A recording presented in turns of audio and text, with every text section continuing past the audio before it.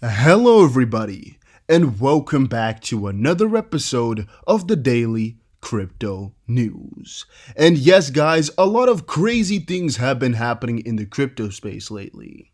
One of those things is that J.K. Rowling has again talked about crypto and that there are some new stances on XRP, which I really want to take a look at with you guys. So if you are enjoying the daily crypto videos, please support the channel by pressing the like button and subscribing. And the question of today is, what is the first crypto you ever heard about? Let me know in the comment section down below and let's get into today's video. So first of all, XRP identified as a vital player in remittances sector. Now, from our own point of view, this is quite logical. It's a key player in the remittance sector just because it's their purpose and because they're on a very good path towards it. But another article here said XRP wants to replace SWIFT and other legacy systems for cross-border money transfers. XRP could be a major player in the cross-border money transfers, a U.S. Consumer Protection Agency has found, signaling a boost to Ripple's mission statement. So a little bit more in depth on that, the Ripple Foundation will play a central role in the remittances industry, a regulatory ruling has found. According to the Consumer Financial Product Bureau, in abbreviated CFPB, XRP's continued growth and partnerships point to its potential for broader cross-border payments as well as the remittances sector. In a paper released on May 11th, CFBP noted that XRP can be utilized by banks and credit unions for remittances to help determine the exact final amount a recipient will receive before the transaction is sent. Now, even though that might look good on its own, CFPB's report is actually bearish on Ripple, which is personally not what I expected, but yes, that is the way it sometimes goes. Although the report recognizes the role of Ripple and what they could play, CFPB does not believe that the blockchain platform will achieve widespread adoption anytime soon. Newer solutions will struggle in the short to medium term, but as seen with the increased use of challenger banks, Ripple's push for mainstream adoption of XRP could result in an increase in usage. According to the Bureau, it is not going to be easy for Ripple to replace legacy systems, and the Consumer Protection Agency cites its own extensive research, the feedback it has provided, and financial estimations as a basis to give legacy networks a more favorable view for the immediate future. Ripple has partnered with a ton of guys, and to me, there's no doubt that this is actually looking quite juicy and that in the future, they're going to be doing relatively good. So I would take this all with a little bit of a grain of salt, as again, it does not comply with my personal opinion to it all. However, if this is a real research, it is good to see their perspectives, and basically, in short, what they're saying is that on the short term, it looks quite difficult for Ripple as a company because it's just really hard to replace legacy systems, especially over a short term. However, over the long term, they're saying it's not easy, but it is possible, which is a good thing because if their research shows it's possible, we know it will most likely get fixed.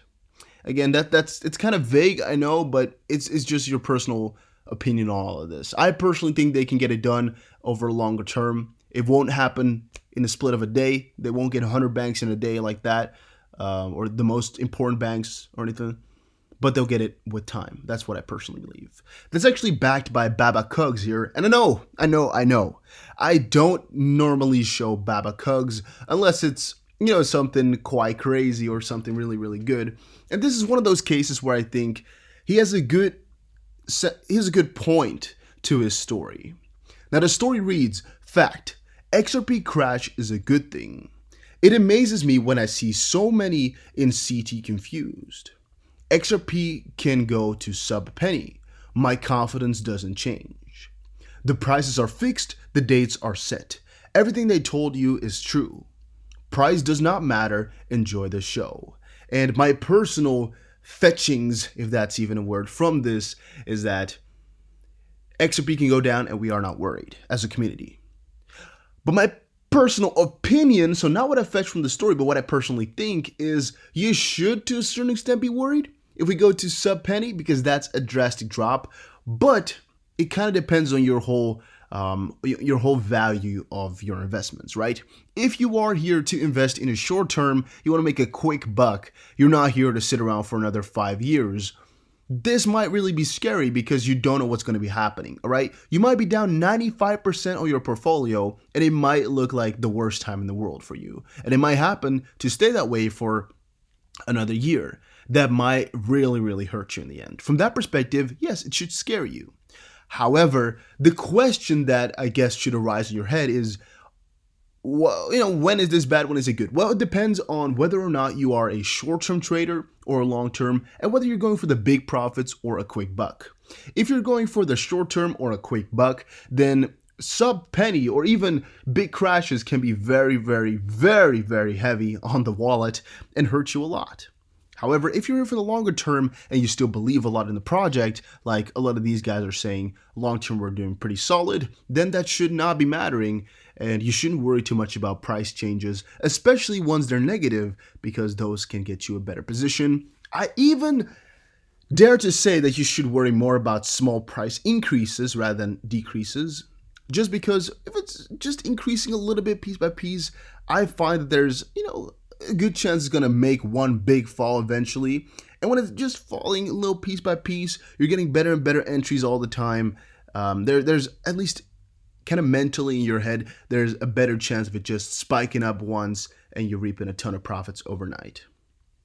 Again, it's not necessarily the way it goes, but that's something to keep in your head. Getting past $10,000 may ignite a new Bitcoin bull run.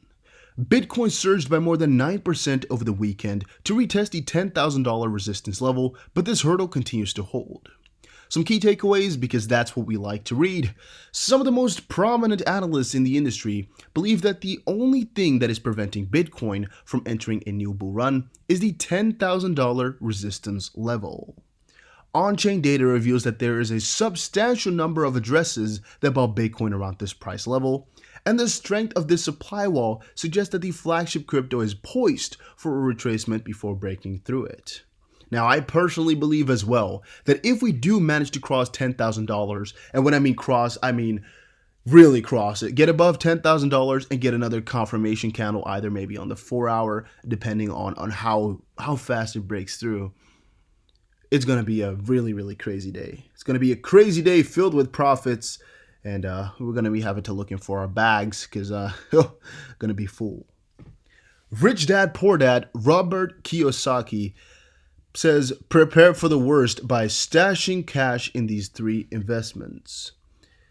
He said on Twitter, economy is dying, Fed incompetent, next bailout, trillions in pensions, hope fading, bought more gold, silver, Bitcoin, gold $1,700, predict $3,000 in 1 year, silver at $17, predict $40 in 5 years, Bitcoin at $9,800, predict $75,000 in 3 years. Pray for the best, prepare for the worst. And really, I don't know why he went so crazy on all of this. I think it's because of his whole opinion on the dollar right now, that you should get away from the dollar. It's going to be dying out, and you should go for something that's, I guess, more of a store of value, like some coins or gold, like metals. Yeah, it's an interesting opinion, but he's a popular guy, bestseller book, Rich Dad Poor Dad. Coinbase CEO Brian Armstrong takes the J.K. Rowling event to a new low. So yes, the J.K. Rowling event, we're talking about J.K. Rowling, also known as the author of Harry Potter and Fanatic or Fantastic Beasts and Where to Find Them, or whatever that's called. Harry Potter fame J.K. Rowling confirms owning crypto, but it's not Bitcoin. So she went on Twitter to state, because, she does that, this is getting silly. I am not joining the Bitcoin community. It should be perfectly obvious by now that I've been trolling Bitcoin in the hope of boosting my significant Ethereum holdings.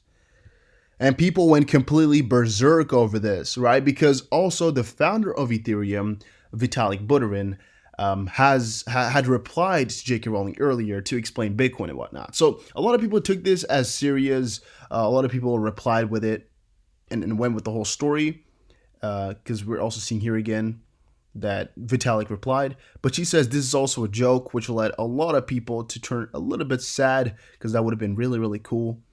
But she's getting a ton of people to explain Bitcoin to her right now, and I don't think she's liking it because she says here on Twitter, 3 bits of hard-won advice this Monday morning. When you hit a writing block, try walking away for a bit. The best ideas like doing the chasing. Good mental health means staying connected. Talking is important, especially now. And never be flippant about Bitcoin on Twitter. On point 3, my mentions are still full of people trying to get me to buy Bitcoin or explain it to me. It's very kind of you, but I swear, I now fully feel educated on the subject. So that's a kind of contrast to earlier when she said that she didn't know anything about it. However, I do think she dug her own grave a little bit by stating anything regarding Bitcoin on Twitter, because now people are going to be relating her to crypto forever, and there will be mentions all the time. So the J.K. Rowling event is a missed opportunity. Well, yes, that is actually quite obvious to it all. Let's actually check from a little bit up here. It did not take long for crypto Twitter to bombard her with replies, some far worse and useless compared to others. Eventually, several impersonations accounts of Rowling started popping up, creating an even bigger mess. All that time spent on such futilities could have been used to let Bitcoin gain more mainstream attention, and one of the fake profiles even got a reply from Coinbase CEO Brian Armstrong, and whether this is a joke or complete ignorance of it not being the real author is subject to debate. Armstrong tried to shill his own company to the person impersonating J.K. Rowling, further adding fuel to the fire, and some people were angry with him for this.